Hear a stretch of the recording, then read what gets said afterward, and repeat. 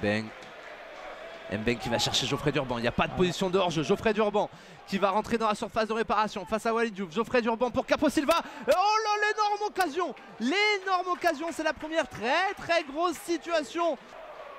37e minute de jeu, 0-0 toujours, le corner, pied gauche d'Antoine Mille, la tête, ça revient finalement, et l'ouverture du score! L'ouverture du score, c'est Geoffrey Durban, j'ai l'impression, qui est venu placer son pied droit en embuscade, le ballon qui était passé devant tout le monde, et c'est le meilleur attaquant, le meilleur buteur Castelroussin depuis le début de saison. On sait à quel point la confiance est importante dans ces situations, notamment en début de saison. Alors Kamza Sbaye a écopé d'un carton jaune, vous l'avez vu sur les images. Le coup franc, dernier coup franc très certainement de ce premier acte, et monsieur l'arbitre qui va très certainement siffler la mi-temps. Voilà qui est fait.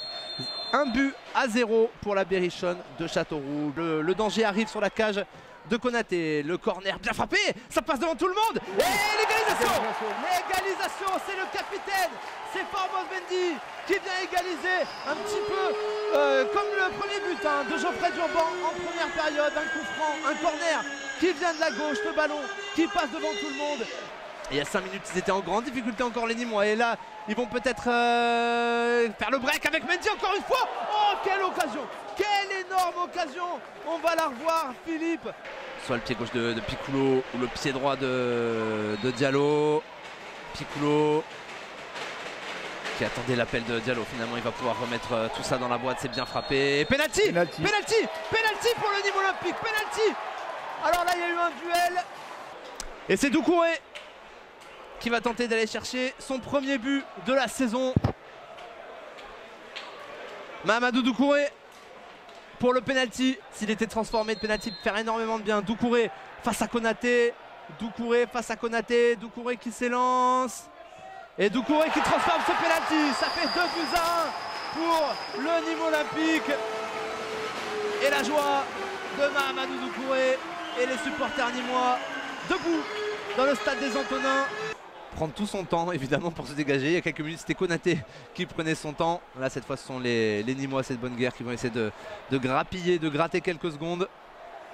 Et Jonathan Mexi qui va pouvoir servir Ngakoutou, le face à face avec Hillel Konaté. Ngakoutou qui perd son face à face, la superbe intervention d'Hillel Konaté. Avec le pied droit d'Hamza Sbaye ou finalement le pied gauche de Mathis Piccolo. Le pied gauche! Oh là là! On s'attendait tous à un centre et finalement c'est une frappe de Mathis Piccolo qui a failli tromper Hillel Konaté. Avec ce coup franc d'Antoine Mille, ça va être dégagé. Non, finalement ça revient vers Capo Silva. Le ballon dans la surface de réparation. Oh là là là là là là, c'était la balle de l'égalisation. Et cette fois, ça sera très certainement la dernière chance pour les Berrichons. C'est frappé, c'est bien frappé, la tête, la main. Et penalty! Oui. Oh, c'est terrible! Oh, c'est terrible pour le Nîmes Olympique. Mais effectivement, il y avait bien main. Et Geoffrey Durban face à Paradowski pour clore de la meilleure des manières, en tout cas pour les Castelroussins, cette rencontre. La dernière situation de cette rencontre. Durban et s'est transformé. 2 buts partout dans ce match et qui va très certainement se clore sur cette situation avec le but de l'égalisation.